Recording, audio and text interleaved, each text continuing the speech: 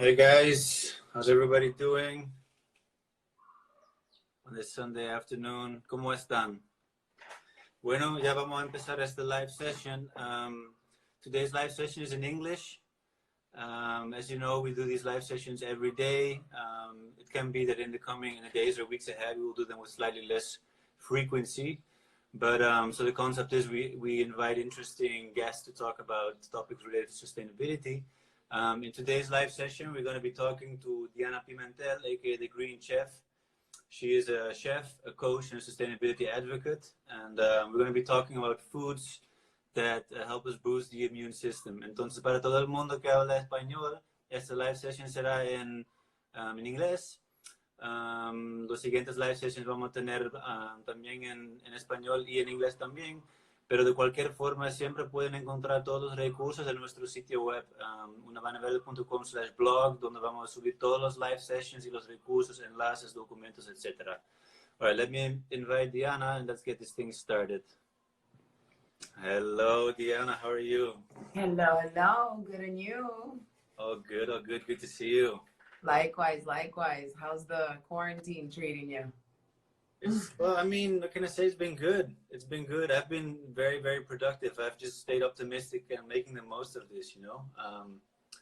It's shitty to not be able to go outside and hang out with friends and hug my friends and stuff like that, but getting a lot of stuff done, and I love the peace and quiet on the streets, you know.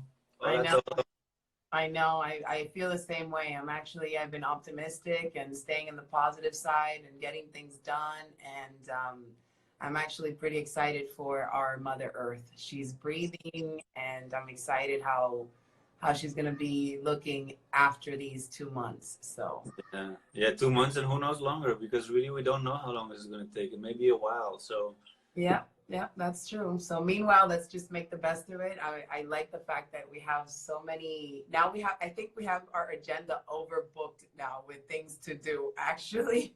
Right. So it's been good. It's been good. Awesome. So let's get this live session started. We're going to be talking about foods that boost the immune system. Before we get started, maybe you can give a brief introduction. I mean, most people here will probably already know you because you've been in this game for a while, but maybe a brief introduction. Who's Diana Pimentel? And a little bit about some of the projects you're involved with.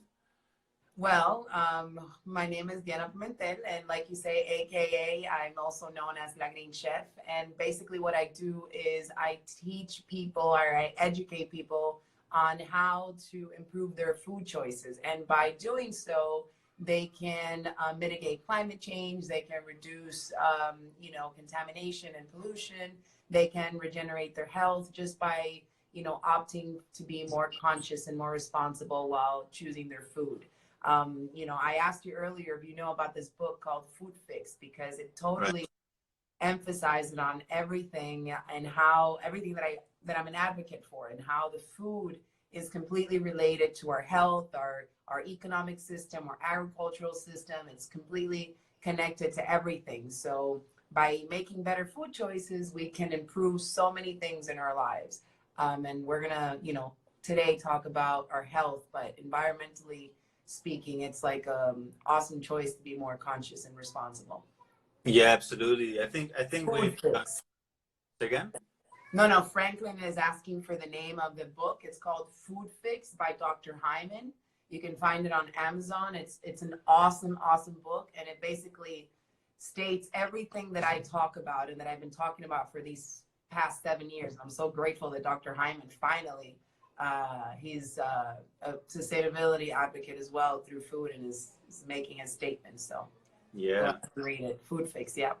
Yeah, so what you're saying, I mean, completely right. There's so many reasons to eat, healthier other than just the health effects, right? Yesterday we had a session on urban agriculture with La Huertica Urbana, so we talked about food sovereignty, food security, what we can do, even growing food and medicine in the city as well, right? And so before that, we've had a couple of really cool sessions earlier this week. All of that, you can find it online on the website, unavanaverde.com/blog. And so this topic, I think, is super relevant right now, obviously, because, everybody's worried about their health and immune system. And one of the things, like a week or two ago, maybe a week and a half ago, I uploaded this video on my personal Instagram with some reflections about this COVID situation, right? And one of them is people are so worried and they're really kind of stressed out. And And basically one of the key messages I was trying to convey was, instead of being super stressed, let's try and focus on the things we have in our control, right? We don't really know how long it's going to take. We don't know how bad it's going to get. It's bad as it is, and it may get worse. But one thing we can control is our health, as long as we minimize the risk, by going out and stuff like that. So we don't do that. But with our food intake and our medicine and our immune system is something we do have control over, right? So it's a very relevant topic, obviously. How did you start getting interested in this topic yourself? Like, how is this something that became interesting to you? Well, I was not such a healthy human being back in the days. I used to weigh about 230 pounds. I wasn't really conscious at all. I would eat a whole bunch of, crap that I really didn't think was crap. I just thought it was normal. Highly processed foods, high in sugar, refined, directly from the supermarket, not particularly. I mean, I've always, my family had always had farms and stuff. So I've always eaten del patio al plato, but we've been modernized and we've been inclined towards the sad American diet, standard American diet, which I call the sad diet. And I used to eat a whole lot of crap, and I was always sick. I used to get kidney infections constantly, and I was depressed. I had anemia, and I wanted to lose weight. And my dad was a plastic surgeon, so I didn't really want to go down that route. I had seen with my own eyes the pain these women go through. So I decided to do it naturally, and I, informed myself, got educated. I always loved to cook.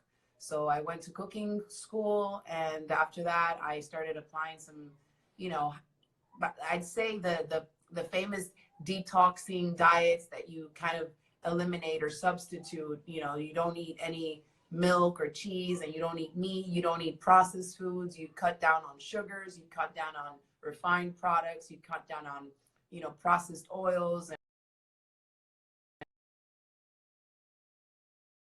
and stuff like that. And I saw how I dramatically changed my body completely, body, right, mind, and spirit. So then after that, I wanted to learn a little more. I said I had to share this with people. I started a catering company, which used to be a vegetarian catering company. And I used to provide the meals of the day, the 5 meals of the day, breakfast, lunch, and dinner, completely vegetarian, completely organic, super healthy. And then after that, I was really into the organic and clean food. And then I met a friend who was into taking care of the environment. I had not seen the relationship between food and the environment till I got my certification for climate, to be a climate leader in climate reality. That's when when I went to get that certification, because she invited me, I was like, what does food have to do with climate change, But I went for a fun weekend at Miami. And to my surprise, that was my aha moment. I was like, oh my God, we are right on the planet. What am I doing? What can I do? And then I started investigating, and that's when the Green Chef was really born. Right. I was like, okay, you're going to start making food, vegan, organic, local, fresh, non-GMO, that kind of focus, so that you can mitigate all these consequences that we're constantly causing, and it's totally connected with climate change. And that's how everything was born. I was like, all right, I'm going to tell people, if you eat healthy this way, if you eat this and you eat that, you're not only taking care of your own health, but you're also saving the environment. You're also taking care of the water, the soil, the air, the animals, the ecosystem, and all that beautiful connection and symbiosis that we as humans have with Mother Earth. That, I consider myself now the blue avatar. There you go. Yeah, this is interesting that you raised that topic, because it's a little side step maybe, but the topic of climate change and food sovereignty that we talked about a little bit before as well. This is something that I'm very interested in as well. And as I started becoming more aware, I'm very passionate about sustainable and regenerative agriculture, and it's really, you start asking questions very fundamentals of where does our food come from, right? And you start realizing it comes from everywhere, and the supply chains and the impact of the supply chains. And you start realizing wow, just by buying our food locally, it makes so much sense, right? Yeah. The ecological footprint reduced, etc. Right? Eating it seasonally. So specifically, if we bring it to the topic of today, foods that boost the immune system, have you, since this whole outbreak of coronavirus started, have you changed anything in your diet, or is anything in particular that you're doing different or that you would recommend? Well, I've actually been eating a whole lot of onions and garlic and ginger and turmeric and a whole lot of lemons and rosemary and moringa and even trinitarias. A lot of people don't know the paper flower, but the paper flower is actually really good for your lungs. And so I've been doing a lot of honey. I lost you for a second. Yeah, can you still hear me? I can hear you, but we can't see you. This is very strange. I'm not sure. A whole lot of fermented fruit. There you go. Now we can see you. Fermented foods. So these are things I usually eat most of the time, but I've been now like eating them on a daily basis. Like I have my concussion, which is basically onions with honey.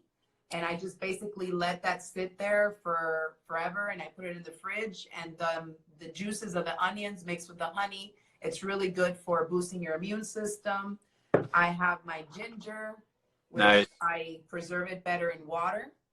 Okay. I just clean it and wash it, and I even drink that infused water, and I kind of change it on a daily basis. And I make myself some teas. I use rosemary a whole lot, and these sauerkraut, which is really easy. Oh, yeah. It's you know, my famous sauerkraut. You've Right. tried it. Right.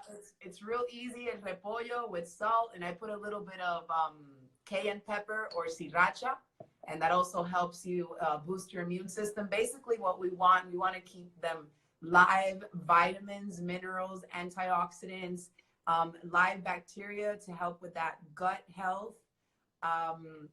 You know, essentially, that's what we want in order to boost our immune system.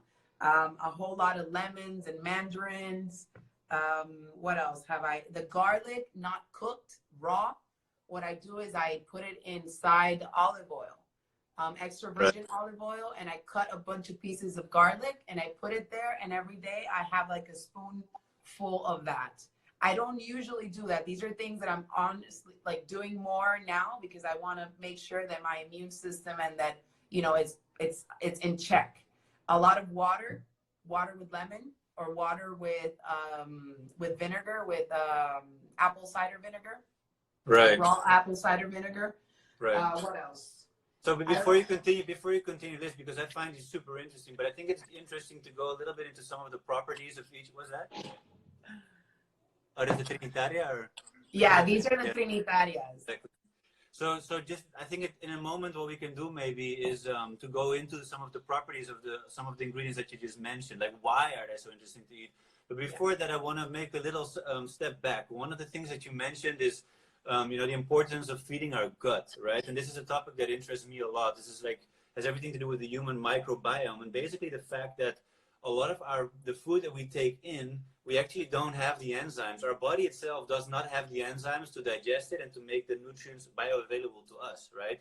So Exactly. this was like a huge aha moment when I realized this, and I learned this because I actually ended up translating a book of a doctor that wrote a book in Dutch on the human microbiome, and so it blew my mind to realize that almost half of our food is digested for us by bacteria, by gut bacteria, beneficial gut bacteria, right? So that make the food available to us so we can actually absorb the nutrients.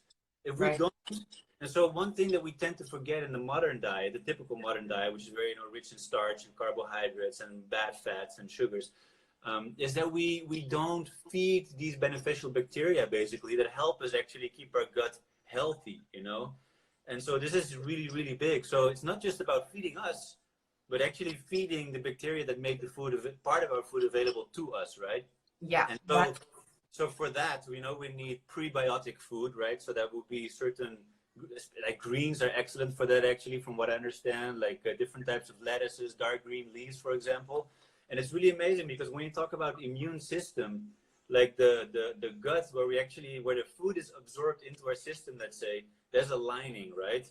Yeah. It's like a mucous membrane or whatever. And so the bacteria, from what I understand, in the process of converting, let's say, the fibers in greens into the nutrition that we absorb, actually release all these beneficial substances that keep that gut lining healthy. And this is our first line of defense in our immune system, you know? It's not just the food we eat, it's actually creating infrastructure that allows us to absorb the food, right? Right. So I think that's a big, for me, that was a big like thing to realize. Like, okay, wait a minute, we need to have, we rely on other creatures that help us digest our food, and they help us keep our infrastructure, you know, healthy, so we can absorb that food. So I just wanted to say that because that's something that kind of blew my mind, right? So, and you can even put it in, I guess, maja platanado, like in a more you know, easier language. What I like to tell people is think of your gut like the soil for plants. totally. Perfect. You know, Perfect. the soil for plants needs to have that rich biome that you're always talking about. They need those worms, they need all those nutrients and all those rich bacteria in order for that, you know, plant to give all them nutrients for that, for it to grow. So, Totally. and we have to keep that soil healthy. The same way with our biome. That's like our second brain. You know, that's where every single autoimmune diseases come from the gut. You know, every disease comes from our gut. And that's why I tell people it's so important to eat raw foods, because since we hardly have, you know, enzymes to digest our foods, because basically we hardly eat, you know, real food. Right. That's why it's so difficult for us to be, you know, to digest. And that's why we have a whole bunch of autoimmune diseases. And when I talk about autoimmune diseases, you know, allergies are, you know, you can have allergies. You could just have a headache or stomach pain or just a rash. Anything that you may think as normal could be coming even from your gut, is because there's probably something you're eating that's not, it's not fitting you well, and you don't know this. So that's why we do the elimination diets. It's very, very important to keep your gut healthy. Fermented foods are rich in probiotics and prebiotics. Like that's why I talked about the sauerkraut, the kombucha, yogurt, kimchi. There's the miso soup, for instance, as well, which is really rich in probiotics as well. And the kombucha, that's like now everybody knows about kombucha. You can make kombucha at home.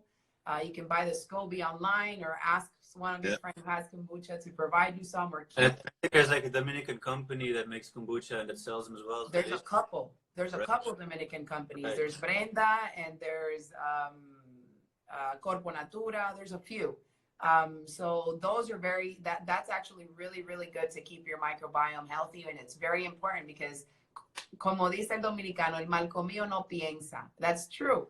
If you're hungry, and you're going to be upset. So you have to keep that microbiome, and you explained it very well. That thin lining, we have to keep it protected. And if we eat foods that are highly refined, highly processed foods, highly in sugar and salt and sodium, and they're just not providing any nutrients, we're basically gonna be depleting our microbiome slowly, and it's not good. I'm here. Puedes hacer el SCOBY en casa. Yeah, there you go. We can do it at home too. You can just buy kombucha and leave the kombucha there, and it'll grow. If you wait a little bit. Exactly, and it's just a culture that will continue to grow. Exactly. So, just to recap very briefly for the people that have joined us later, we're having a live session today with Diana Pimentel. She's a chef, a foodie, nutrition expert, a coach, and so we're talking about foods that help us boost our immune system. And so one thing that we did, you know, before going more into certain ingredients that we really want to make sure we include in our diet these days, especially, is kind of taking a step back and saying, you know, like, we actually depend on other creatures, bacteria in our gut, basically, the microbiome in our gut, to help us absorb the nutrients that we're eating, and to keep the lining in our gut, which is basically where the transition or transaction of nutrients is taking place, to keep that healthy, you know. So that's the first thing we want to do. We want to, you know, feed these bacteria literally. And the analogy you gave of the soil is perfect, because, you know, you can have a soil that has nutrients, but the plant will not have access to it because it will rely on these bacteria. It's the same pattern, like the bacteria to be able to access the food, right? And so we need to cultivate these bacteria to create conditions where they can thrive. And so you were pointing out, basically, fermented food is really great because you have these microbial cultures there. Sauerkraut, you mentioned. The kombucha is a different type of culture. Kefir is another type of culture. Yogurt, of course.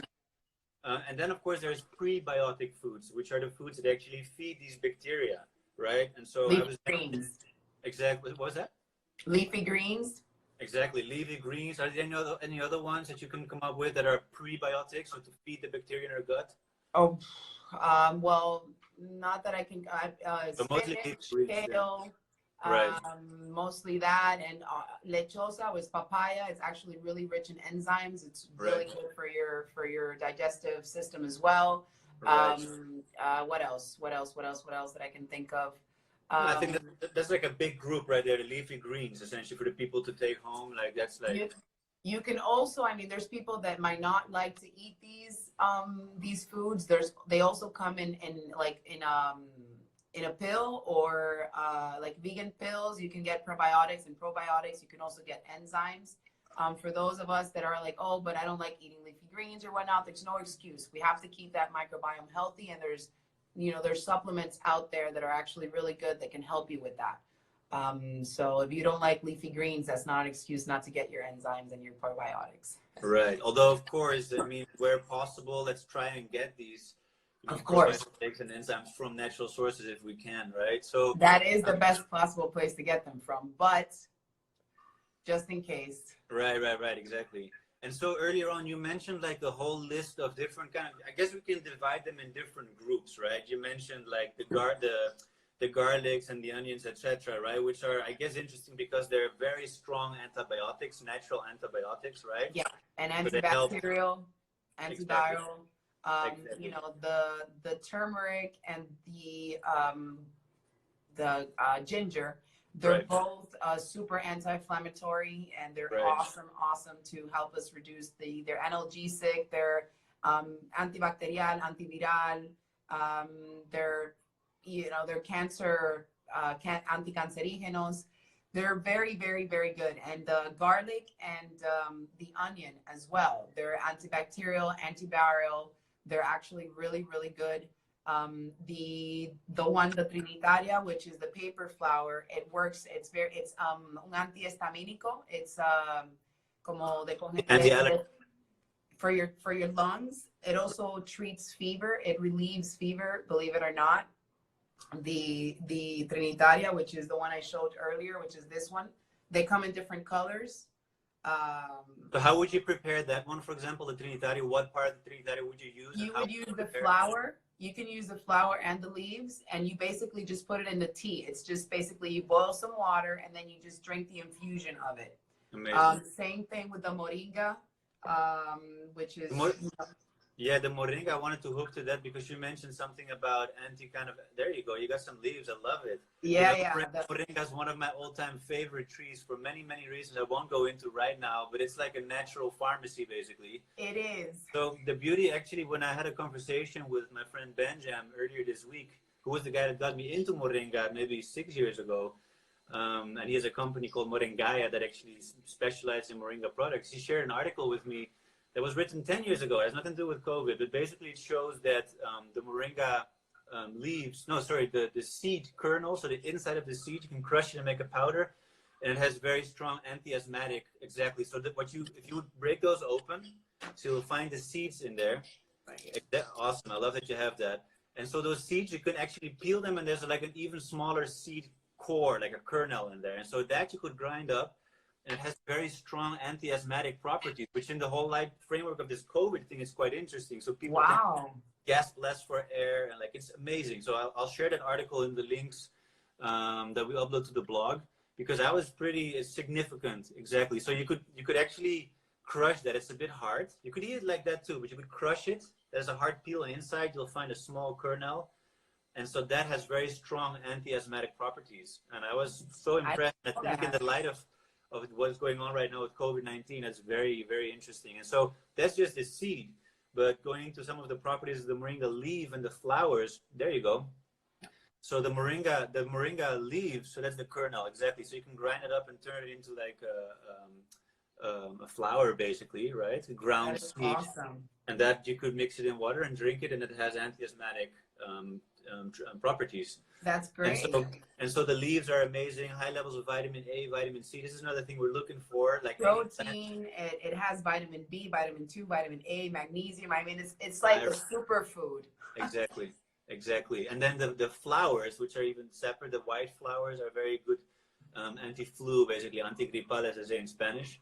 So yeah, moringa people really, whenever you learn to identify that plant or tree and grow it, you can grow it in a small pot. It'll like a little bit of sun. You won't like it too much indoor, but it's the easiest plant or tree to grow, and you can keep putting it back and harvesting and harvesting it. It's like going to be the most rewarding growing experience. I planted like 8 trees in front of my house, and they are resilient. I mean, they have been taken down several times by the ayuntamiento here, and they are resilient. They keep on growing, and they're wonderful. They keep on giving me flowers, and I didn't know that. That's amazing. Yeah. The paper flower has pretty much more or less the same properties. So these are leaves. These are like flowers and leaves that we have in our backyard everywhere around here in Santo Domingo. So, I mean, we have like, I'm not going to say the cure, but we do have a lot of things that can help prevent. Yeah. You know, we have remedies that can help that our grandmothers used to use. You know, I mean, this garlic and cebolla and honey, this used to be something my mom and my grandma used to give me cucharadas every time, like for that mix. Actually, we had a question earlier on about someone that said he's vegan, and he was asking if he would substitute the honey, what could he use to make that mix with the onion and the honey? Could you, is that kind of natural? Maybe you could use coconut syrup from the I think he could use coconut syrup or just coconut oil and just. Coconut oil is amazing, antibacterial, coconut oil, and he could just drop the onions. He can cut up the onions and drop it in the coconut oil with some garlic, and just take a spoonful of that every day, and it would just do the same, you know, the same effect. It would be great. The thing is with honey, if it's pure, you know, real good, sustainable honey that you can still find, it does provide so many other properties, just like coconut oil thankfully does as well. So I do totally recommend honey as well. Like I used to be a vegan. I'm no longer a vegan. I call myself a flexitarian or climatarian now. You know, I try to focus on reducing my footprint as much as I can. Right. But I came to realize too that it's all about bio-individuality, and not everybody can become a vegan. Absolutely. Being vegan does not mean sustainable. Being vegan does not mean healthy. Being vegan does not mean eco-friendly. Vegan is just it's just a lifestyle that people chooses for ethical, for animals. I mean, it's just, there's so many variables, but it does not necessarily equal healthy or friend, or, you know, earth friendly or anything like that. Yeah. That people have that very confused. This is a topic, you know, I'm very passionate about, because, you know, I'm very interested in regenerative agriculture. So agriculture that helps restore our ecosystems, that helps build soil. Yeah. And traditionally, actually, like you could make a case that some of the most sustainable, if not regenerative, agricultural systems are the ones that incorporate animals. They just have to be managed in a responsible way, of course. And so it's completely like the way you say, being vegan, I fully respect it, but it's a choice. And there's many good reasons for making that choice. But for it being like eco-friendly is not necessarily the case at all. You know, actually, you could argue that in some ways it's just as harmful, eating like soy that comes from massive monocrop soy plantations and whatever. So I won't go into that as a whole topic, like a whole. It's a very complex topic. Right. Go get the book. Food Fix talks about it, and that's why, you know, some people like bash at me because I'm no longer like a vegan strict, and it's just there's so much more behind the food system and regenerative agriculture and regenerative, you know, everything. I always say that we're not just what we eat. We are what we eat eats also as well, meaning flowers and animals. Whatever it is you eat, if that soil is not well fed, if that animal is not well fed, you're not getting the nutrients that you need to sustain your body healthy, right? Yeah. So I'll give you the word. Yeah, so let's check out a few questions or comments. Franklin, that also asked about the onion and the moringa. Sorry, the onion and the honey. Was asking, would you recommend the moringa that comes in powder? It depends. Both have their pros and cons. So depending on first of all, of course, you have many suppliers of the powder, and not each powder is the same, you know. So you want to have something that's ideally organic, that comes from kind of a traceable source, because some of it that you can get in bulk comes from China, not necessarily the highest quality. Right. Moringa powder itself, you can make it yourself very easily. If you get a tree, like I have a couple here in my yard as well, you can easily dry the leaves, And once they're fully dry, you can crush them. You can even put them in a blender or process them in a different way and have the powder. The benefit of the powder is that it's much more concentrated. So almost the majority of the nutritional values will go up. Stuff like iron and magnesium will go up, but you lose the fresh vitamins. So vitamin C, vitamin A will go down relatively, like, because it's something that needs to be fresh. So what I usually recommend, sorry, let me just what I usually recommend is, and this is the case for anything you eat, really, try and eat it in different ways, consume it in different ways. Eat it raw, eat it boiled, eat it steamed. You know, depending on the way you prepare it, different nutrients will become available to you.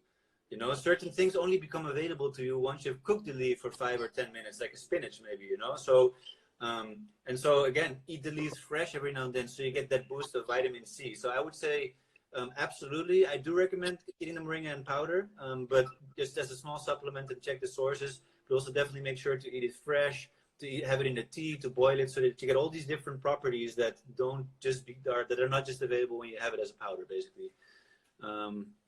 Let's see if there's any other questions. Can you speak on iodine? Been reading about it is iodine that used to be so much more present in our soul and that provided essential nutrition. This is a little bit outside of my expertise. I don't know if you know about iodine. I know they add it to the salt, etc. But I'm not very well versed in that topic. Do you know anything about this, or is it something we have to look up? Well, I know that you need iodine for thyroid health, and it does play like a vital role. But anything in excess is harmful. I know the benefits of iodine. I don't eat salt that has iodine, though. I do get that from other salts. I use like Epsom salt. I'm not very familiar with that topic, so I don't really want to make too much abundance on that. I know that it is an essential nutrient, and it should be, and it is for thyroid health. That's basically all that I know. It's treating thyroid cancer. It's for improving, reducing the risk of goiters and things like that, and you need it for thyroid health. That's pretty much all I know. But everything in excess is harmful, so I don't recommend taking table salt, for instance. Right. So, and just to switch back a little bit to some of the other ingredients, and again, for the people that have just joined us, I think some of you have been with us from the beginning, but some new people have joined.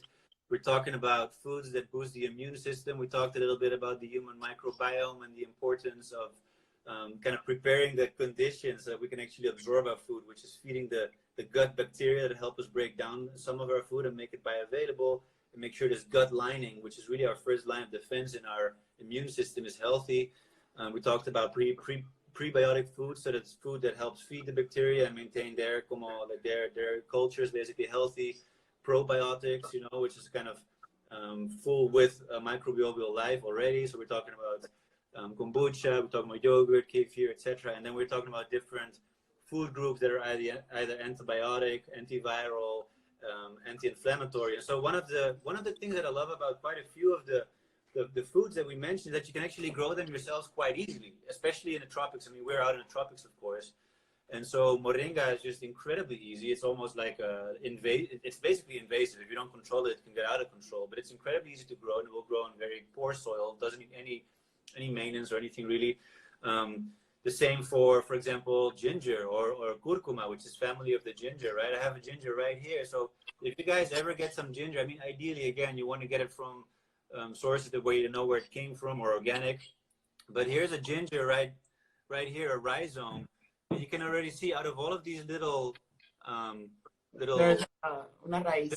do you call it, little nodes basically, here's already like a new ginger that's going to come out. So I could literally just pop this off like this and plant this, or I could just plant the whole thing too. I mean, but honestly, I could probably cut this into 3 or 4 more pieces and just plant it, right? So it's incredibly easy. There you go. Same with the onion and the garlic.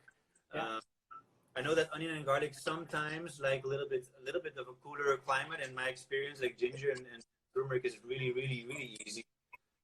So try that out, guys. And actually, so as some of you that have seen some of our previous live sessions may know, we end every live session with a challenge or a reto, a call to action. And today's call to action will be actually to grow some of this food that will boost your immune system. So get some next time you make that weekly trip to the supermarket.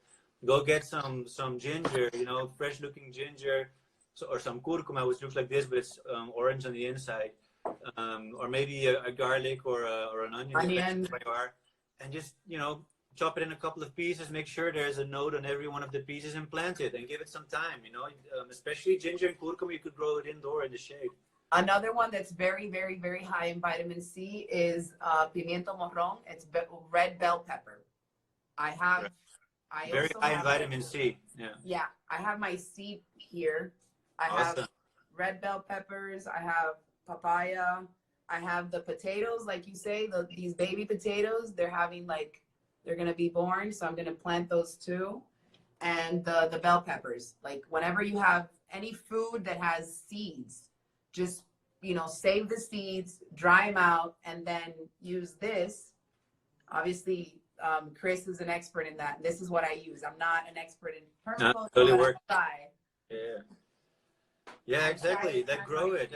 And this actually ties into the section we had yesterday that we will upload soon on our website. Some rosemary right there. Nice. Yeah, and I have it in water, so for the roots to come out as well, so that I can plant. This is very, very good also to boost your immune system. Right. Also mushrooms, I didn't mention them, but mushrooms are actually really, really good also for boost immunity, like reishi mushrooms and the chaga mushrooms. Right. Our shiitake mushrooms are actually really good. There's another one that's called melena de león, but I don't know if you can find it here. Yeah, absolutely. And this is a topic actually that I've become incredibly fascinated with because, again, this is another wormhole. I won't go into it, but fungi are some of the oldest species species basically, or creatures on this planet. And they have incredible properties. And so there's actually a TED Talk for those of you that know TED.com, check it out, which is called 6 Ways Mushrooms Will Save the World, by Paul Stamets, who's one of the most renowned experts on this topic in the world. And it's just absolutely mind-blowing. I highly recommend watching that. And he is doing a lot of work with these extremely nutrient-dense and medicinal mushrooms, basically. Awesome. This is a very interesting thing. We'll link all of this in the resources and in the notes of this live session that we'll upload on the website. And just to go back for a second to what you were saying before about, people grow your own, like yesterday's session was about urban agriculture with Marvin from the Huertica Urbana. And it's really just get started, get a couple of these, like ginger or turmeric roots and start planting, save some of your seeds, and just get started because you'll be surprised by how easy it can be. And it's just about getting started. Some plants will die in the process. If you're interested, go to our website. We've got a little celery there. Yep, celery. We've water and that's it. If you're interested with Una Vaina Verde, we're hosting different workshops, and one of them is how to grow food in the city, como sembrar en la ciudad. And so we're actually developing right now all of these workshops for virtual use as well, for online use. So go to our website, unavainaverde.com, and sign up for the newsletter so we can keep you up to date about that. But this is all coming. And actually, Diana, we were talking about this. You offer courses related to food and this particular topic as well. And we actually have suggested we can do a course together on this, and we'll be offering a course. Maybe you can talk a bit about that. Yeah, totally. You can also sign up in my website and get a meal prep guide. And I have also a cellular nutrition guide that I'm working on. And I have a master class on how to boost your immune system on I think it was the 18th I told you. Was it? Yeah, the 18th and the 25th of this month. It's going to be a virtual master class. And it's going to be, basically, we're going to talk about the things we talked about today, but a little more in depth. And we're going to cook some foods, but they're going to be raw. So we're not really going to be cooking per se.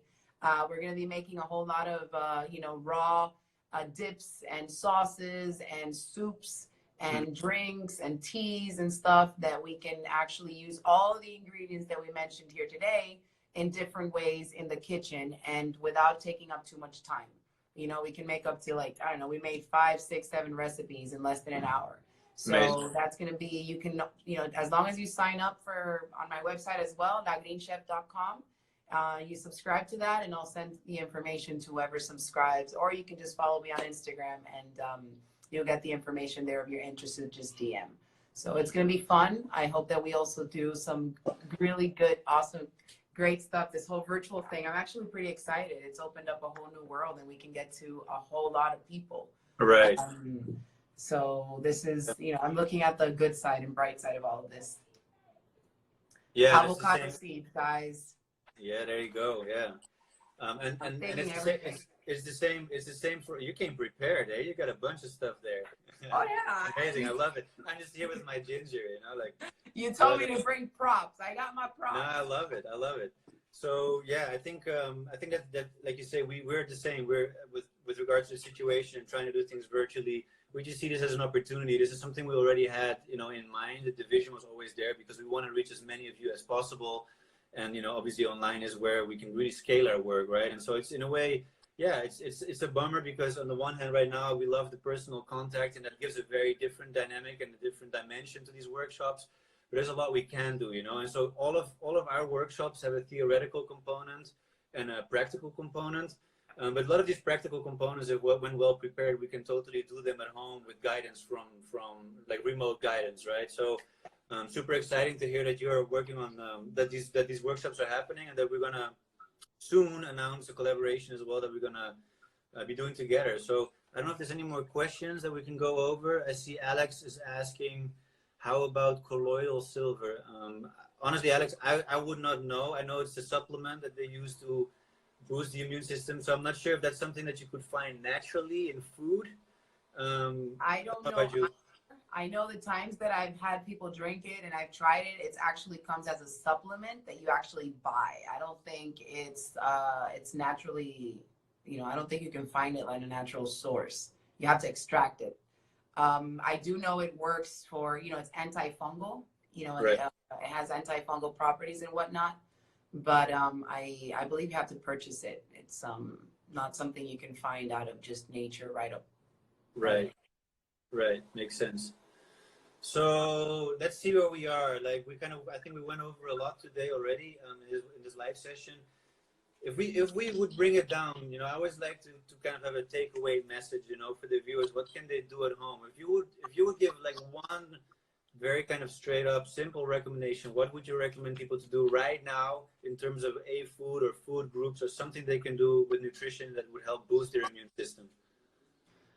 Honestly, just like this little concussion right here, this is powerful. I mean, this is like your grandma homemade concussion of antigripal. But it's the honey and the onion, correct? Is there anything else?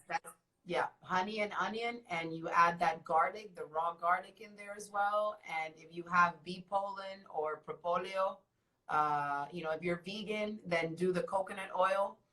With the garlic and the onion, and this is just powerful. I mean, take 2-3 cucharadas, tablespoons of that on a daily basis, and I think that'll keep you. And tea every day, ginger and turmeric tea, moringa, with moringa and a little bit of the paper flower, and then once the tea is done, you just squeeze half a lemon in there and on a daily basis, and I think that, I mean, like seriously, and some water every day, water with lemon when you first wake up. I mean, those 3 things are a guarantee to keep you upbeat. I mean, I've been feeling a little weird. I don't want to say that I have the whole COVID thing, but I've been telling my husband I have like this really weird, sensation in my throat. But thankfully, I'm healthy. I feel good. I have like my breathing is like maybe a little heavy, but I don't want to even say anything. I'm just drinking my concussions and taking my things and meditating and breathing, and that's right. Another thing. Do not worry, people. We think that we boost our immune system not only by eating healthy, but also by keeping our thoughts and emotions on check, because one of the things that can reduce our immunity and like lower our defenses is stressing out, worrying, being sad. Any negative emotion also reduces our defenses. So we want to be meditating, even meditating upgrades and helps us boost our immune system. Doing Some exercise. Conscious breathing, Mm. literally like breathing heavy, like inhaling and exhaling, real breathing. We don't really breathe. We breathe like involuntarily. If we actually breathe, we would probably be mareadito, tuviéramos como medio high. Si tuviéramos, if we would really breathe like as we should. So those are like my 5 tips, you know, breathing, meditating, water, and those 3 things that I mentioned, the concussion of this, your tea, and your water with lemon on a daily basis, Right. you're gonna be great. Awesome. You know, you're gonna be great. And eat healthy. Try not to eat a lot of junk food. Try not to eat a lot of highly processed foods. Lower it on the sugars. You know, right. Como dicen. No donuts, no white breads. Not telling you not to eat them, but you know, don't make it an everyday thing to eat, you know, high processed foods and high things on sugar, because that causes inflammation, and inflammation causes you know, your immune system to go out of whack, and then everything goes out of whack. Right. So inflammation starts in the gut. So make sure we have to keep that gut healthy. Right. And thank you for providing me with that little bridge right there, because my advice that I would add, I think what you're saying is absolutely completely relevant, and this is the best starting point. And I would add to that, just eat your greens, people. Really, like once I started studying this topic of the human microbiome and realizing that half of our food and nutrition is not available to us, if it weren't for the bacteria in our gut that make it available to us, but that need to be fed, you know, I wouldn't say this. So I mean, it's really, that's what we need to feed them, you know, and that's what, you know, once we feed them, you know, and that gut stays healthy, then we have all this access to all these nutrients that otherwise we would not have access to. So make sure you eat your fresh greens, leafy greens, lettuce every day. I think that's, for me, it's a huge thing, and it's underestimated just how important it is. Okay, how can we break that addiction to sugar? Okay, this is going to be harsh.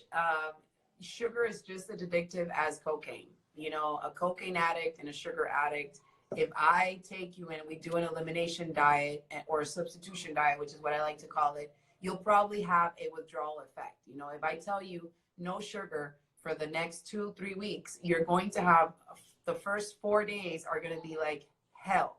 You're going to get headaches. You're going to get, you know, nausea. You're going to get angry. You're going to get anxiety. You're going to get cravings like crazy.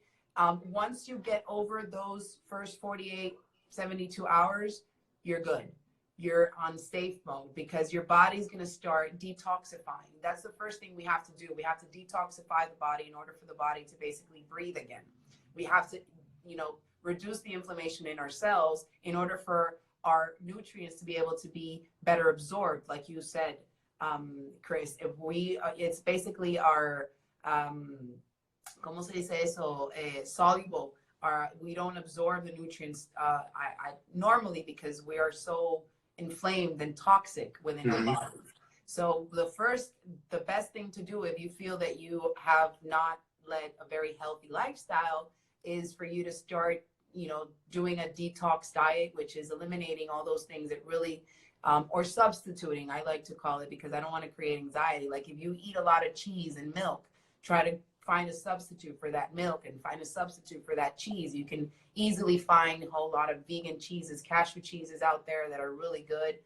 You can substitute, for instance, the meat for a whole lot of, you know, there's tofu, there's mushrooms, there's a whole lot of other ingredients out there that you can, you know, try out to substitute these, let's say, foods that cause inflammation within the body that we want to reduce.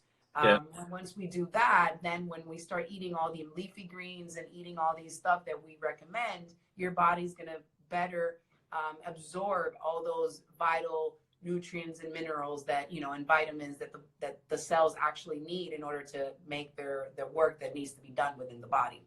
So it's very important to, I don't like calling, you know, nutritionists call it the elimination diet, you know, eliminate all those things that cause inflammation, but I like to call it the substitution diet, because when you eliminate things from your daily intake, you cause anxiety. You're like, okay, so I can't eat bread anymore. And they're like, oh, I want to eat bread. So I like to go and find you a substitute for that bread so that you don't have that anxiety or that need or that craving for that piece of bread, you know? So I like to give you substitutions instead of eliminating things. Right. But That's the best way to do a detox and to cleanse out your body and to reduce that addiction to sugar.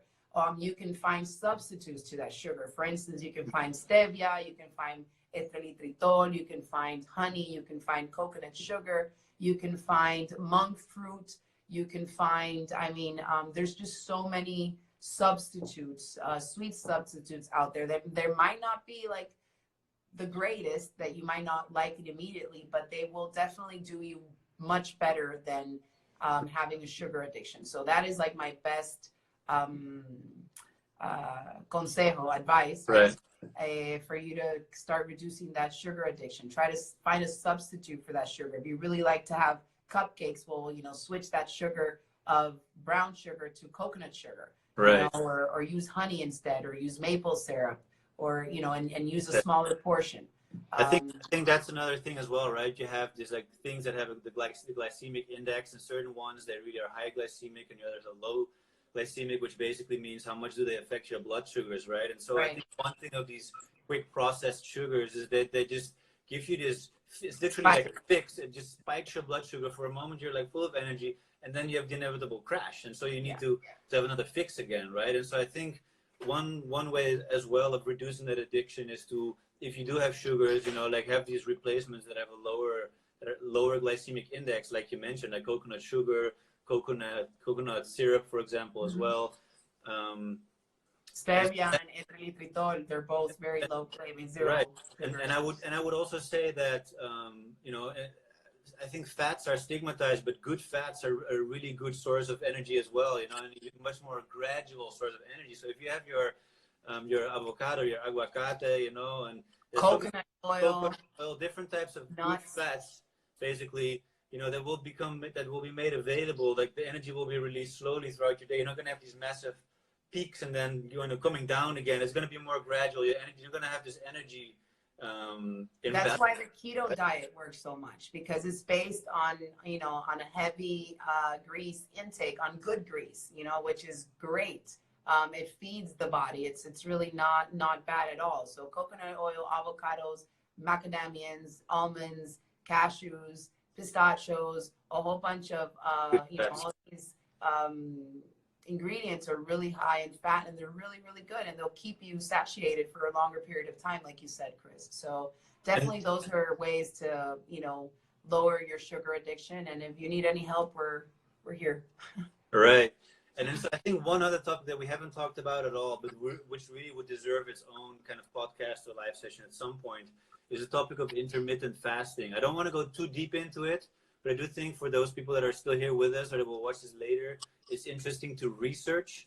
It basically is not so much a diet as it is when do you take your food, basically, right? And so there's all this super promising and very interesting research right now that shows that even if you keep eating the same thing, but you reduce the amount of time in which the time frame in which you consume it, just doing that will already have major health benefits and help your immune system, right? Because I love fasting. Right.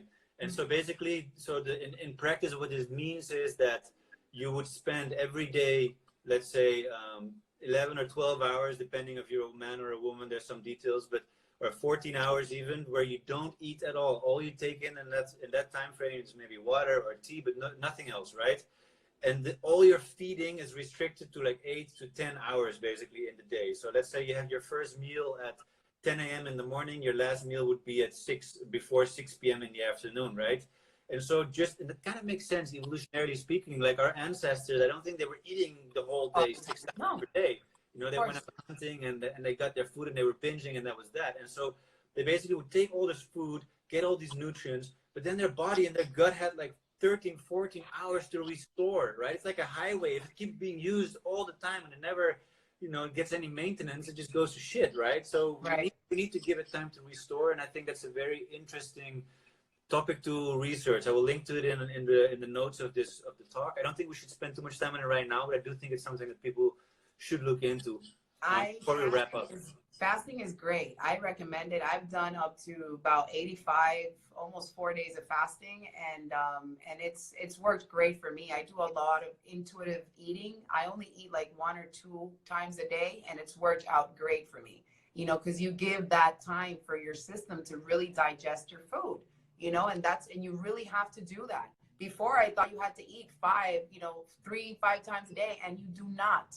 Your body even works even more efficiently, and you feel lighter, you feel more energized after you've done fasting. At least it works out for me. I usually take coconut oil or MCT oil, or I do the bulletproof coffee. When I do fasting, I make sure I take my minerals, I take my magnesium, I take my hydrolytes, because that is the reason why people fail when they do fasting. It's not about just going out and not eating and not drinking anything for 16 hours. It's really, nutrient. It's providing your body with nutrients, because like you have to drink water with Epsom salt, for instance, to keep the levels of sodium at the right level. So it's not just drinking water and tea. Tea is great because it provides you with minerals and antioxidants as well. Right. But you need to make sure that you do it right, because if you don't do it right, then your blood sugar goes down, you get dizzy, you can faint, and then you blame it on the fasting. It's not the fasting, it's you didn't do it right. Right. So, but look into it. It's actually, I really recommend it. It helps boost your immune system too. It regenerates the whole organism. Right. So it's great. All right, I think that's a good topic to kind of wrap it up on. I know we're kind of running out of time here. We have 60 minutes, and I know it's almost up. So, yeah, I think I just wanted to say thank you for joining us, for sharing your knowledge and experience and your story. Again, we'll share all the information in the notes of this podcast or the live session that you can find on unabainadeperdo.com/blog. We'll be announcing you can go to La Green Chef, check out more information about Diana, her work, and her upcoming workshops. And sign up to our newsletter also on our website to learn more about the workshops that we have coming up, including one with Diana. So thank you for watching, everybody. Make sure that you go take your antioxidants, your vitamins, and remember to grow one of your medicinal foods that boosts the immune system. Grow some ginger, grow some garlic. Have all your babies with you. Exactly, and Let's take care of ourselves. All right, guys. It's been a pleasure. Bye. Have a great remainder of the weekend. Bye. Have a good weekend. Okay. Bye. Bye. Alrighty, guys. Thank you for watching this live session. And again, all the course notes will be on the website, or the live session notes, sorry. There's a lot of interesting topics we talked about. So thank you for tuning in. And tomorrow we will be back, if I'm correct, with a talk about seguridad alimentaria. Entonces, thank you. Sign up for the newsletter to stay in tune with what we're going to be doing next in terms of workshops and stuff like that. And have a great remainder of your Sunday. Ciao.